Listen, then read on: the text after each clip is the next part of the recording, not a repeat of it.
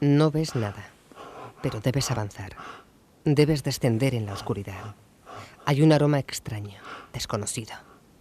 Podría haber otro ser vivo detrás de ti, o a tu lado, y tú no podrías verle. Debes avanzar. Debes descender, aunque por más que esfuerces tus ojos, no puedas percibir absolutamente nada. Aunque sientas todo ajeno, inseguro. Ya no puedes volver atrás. No puedes retroceder. El suelo parece moverse. Sientes tus manos húmedas, frías.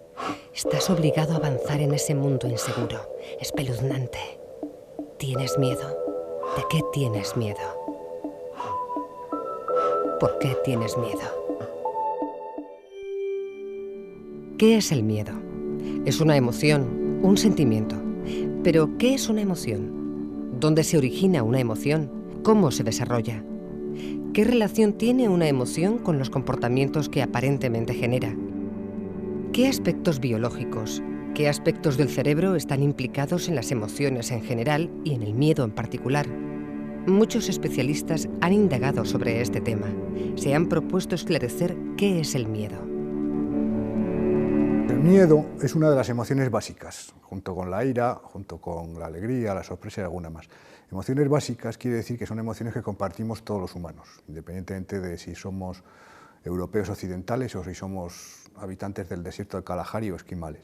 El miedo es una reacción emocional adaptativa para el individuo, es decir, es una reacción que nos protege de estímulos o de actividades peligrosas y por tanto es buena para el individuo y ha sido buena para la especie. El miedo comienza a ser malo cuando nos impide hacer determinadas cosas que se encuentran dentro de nuestros objetivos vitales o dentro de nuestros objetivos en la vida cotidiana, pero podemos decir que es una reacción emocional adaptativa y normal para el individuo. El miedo no solamente es una emoción básica del ser humano, sino que además es una emoción que podemos rastrear a lo largo de la escala filogenética, quiere decir a lo largo de las distintas especies de animales.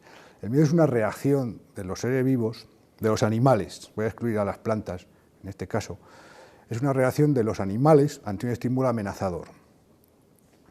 Y esa reacción en los seres humanos pues se deben distinguir tres componentes en esa reacción. Un componente que es motor, que quiere decir que consiste en moverse. En el caso del miedo, el componente motor es normalmente salir corriendo o evitar el estímulo amenazante de alguna manera. Un componente subjetivo, que es la emoción como nosotros la experimentamos, el feeling, ¿no? El sentimiento subjetivo de miedo, que es desagradable. Eso es lo que podemos decir, cómo podemos calificar el miedo. Pues es de una emoción desagradable. Y finalmente un componente fisiológico que tiene que ver con secreción de hormonas que nos preparan, ¿no?, para huir o luchar. El miedo es una emoción que tenemos cuando percibimos una amenaza, ¿no?, de la índole que sea, y luego podemos ir concretando en miedos más específicos.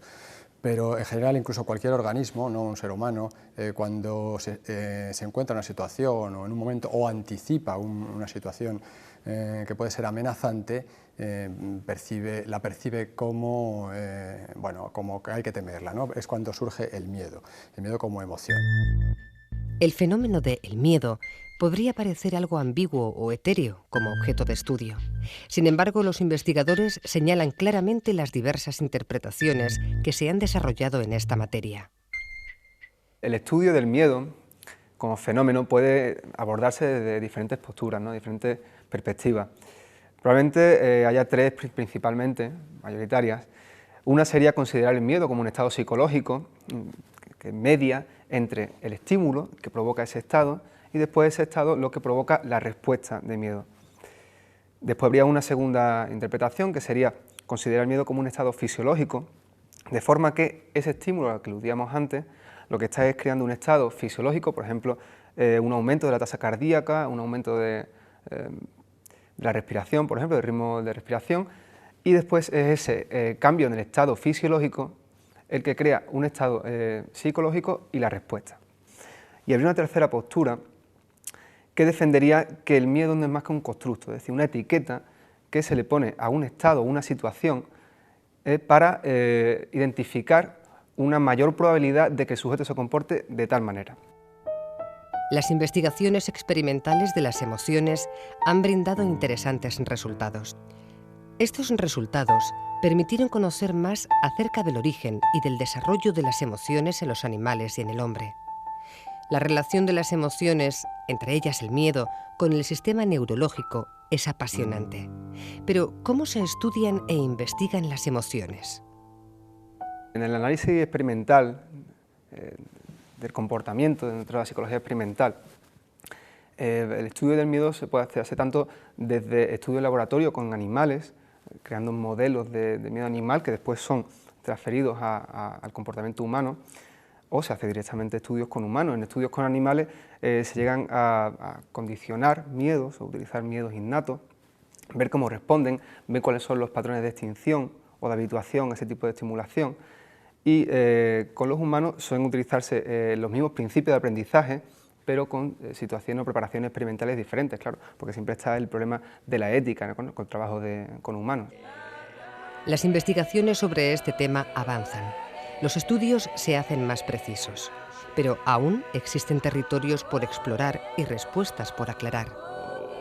Sabemos más de cómo tratar el miedo, o de cómo superar el miedo, o de qué hacer con el miedo, yo creo, que de qué es el miedo en sí, o de cómo se genera. Hay distintas teorías acerca de cómo se genera el miedo, pero realmente ninguna llegaría a explicar claramente todas las situaciones de miedo que se ven. Algunas sí aparecen muy claramente, pero realmente todas no podrían ser explicadas.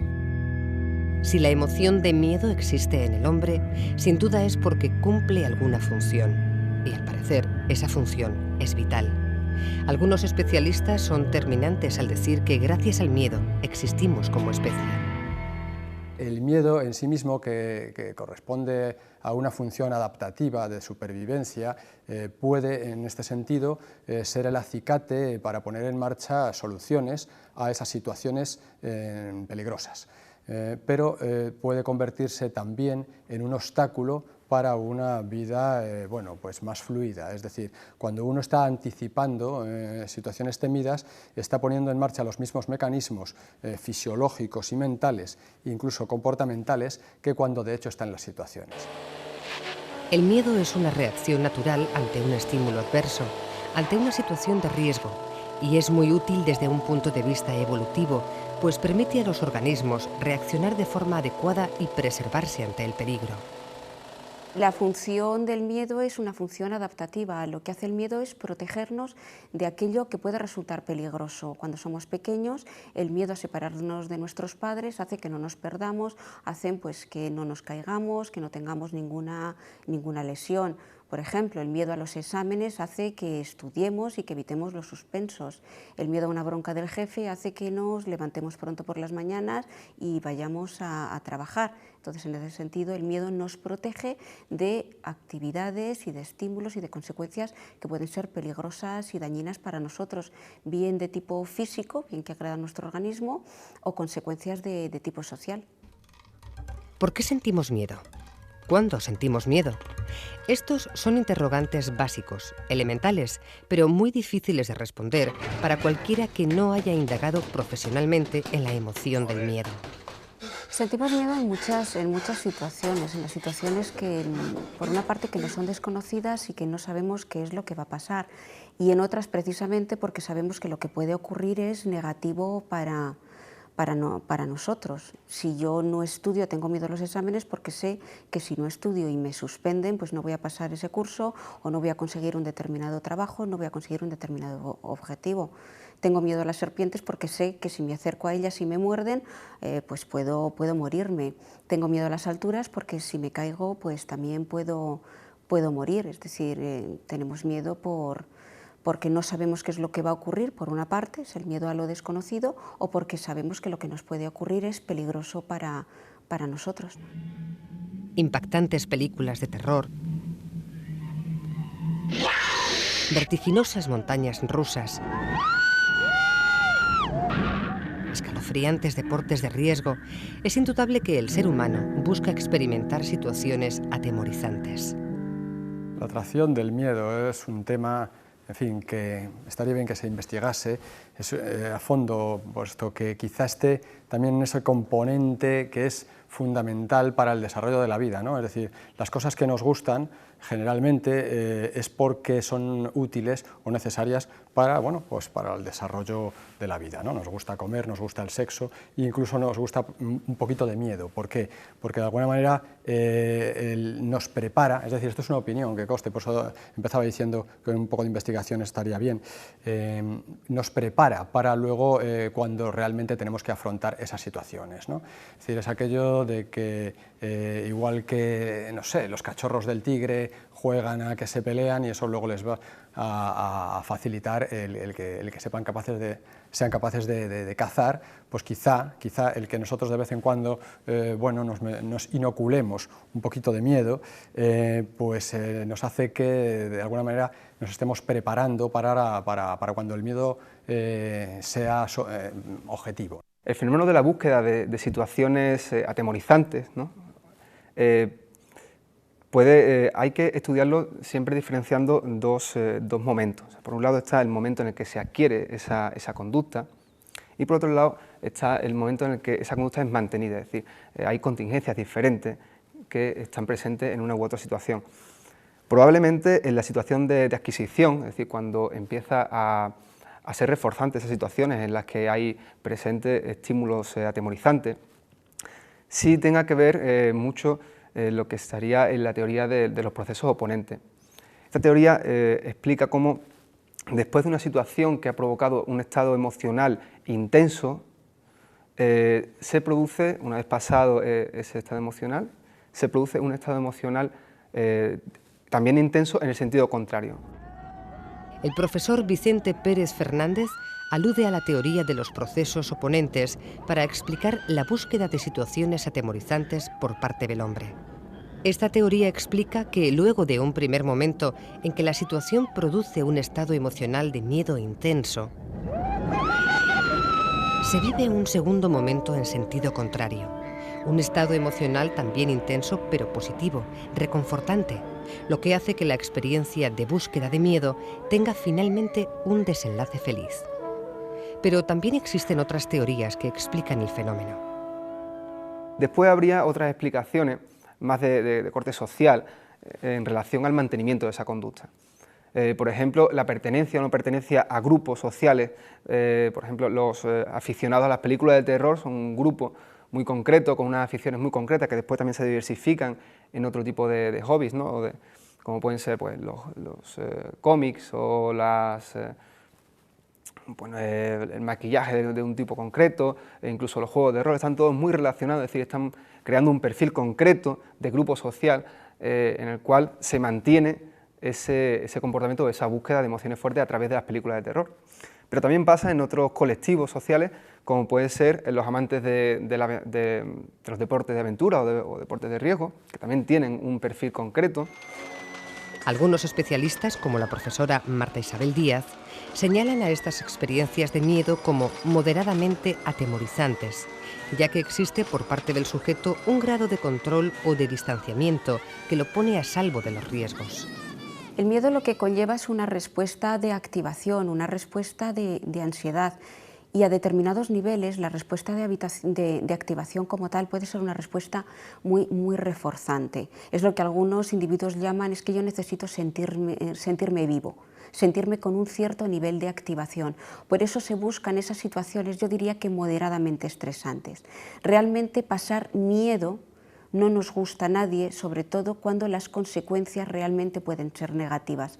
Estamos hablando de situaciones que no llegan a ser peligrosas totalmente, bien porque lo estamos viendo en una pantalla, con lo cual es lo que se llaman experiencias vicarias, experiencias a través de determinados modelos que tenemos delante, o simplemente porque sabemos que existe un cierto grado de control.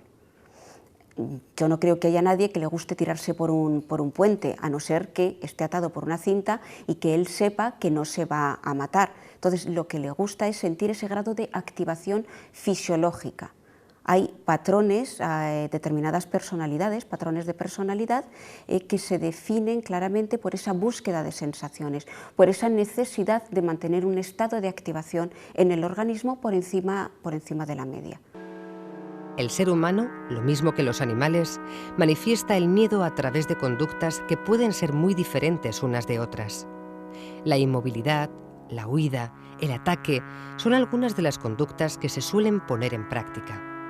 Uno de los interrogantes que ha respondido la ciencia es el por qué se implementa una u otra conducta en determinadas circunstancias.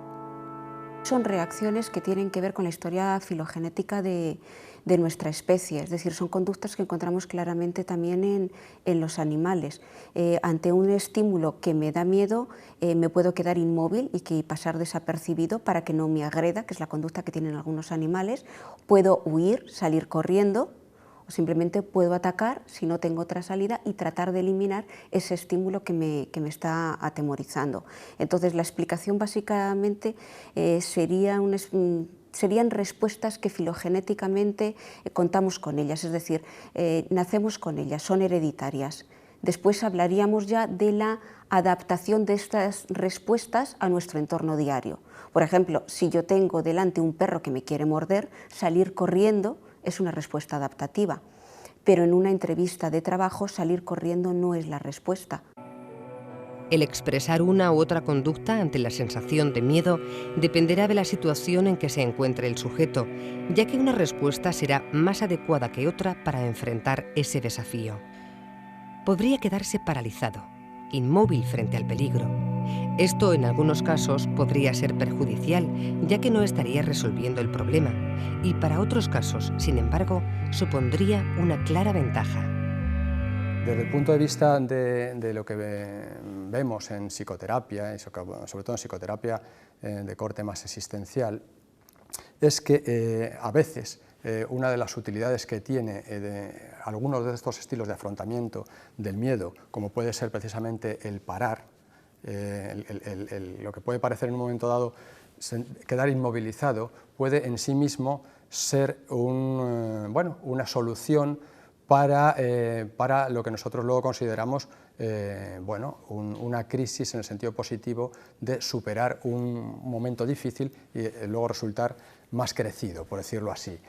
Esto es, la persona al interiorizar, al parar, al quedarse bloqueada, de alguna manera está permitiendo que sus recursos atencionales no se derrochen en otros asuntos y estén más centrados en eso que le ha atemorizado y poder aprovecharlo para transformar lo que en principio era una emoción negativa en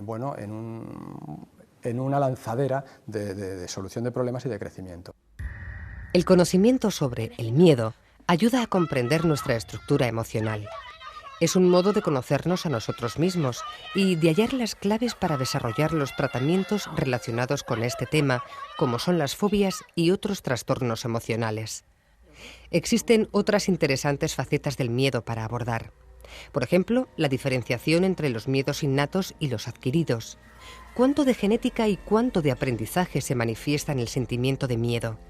Los miedos en la infancia, la diferenciación entre miedos y fobias, el proceso cerebral que se pone en marcha a la hora de sentir miedo e incluso antes de que el ser humano comience a sentirlo. De estos y otros fascinantes temas nos hablarán los especialistas en nuestro próximo programa sobre el miedo.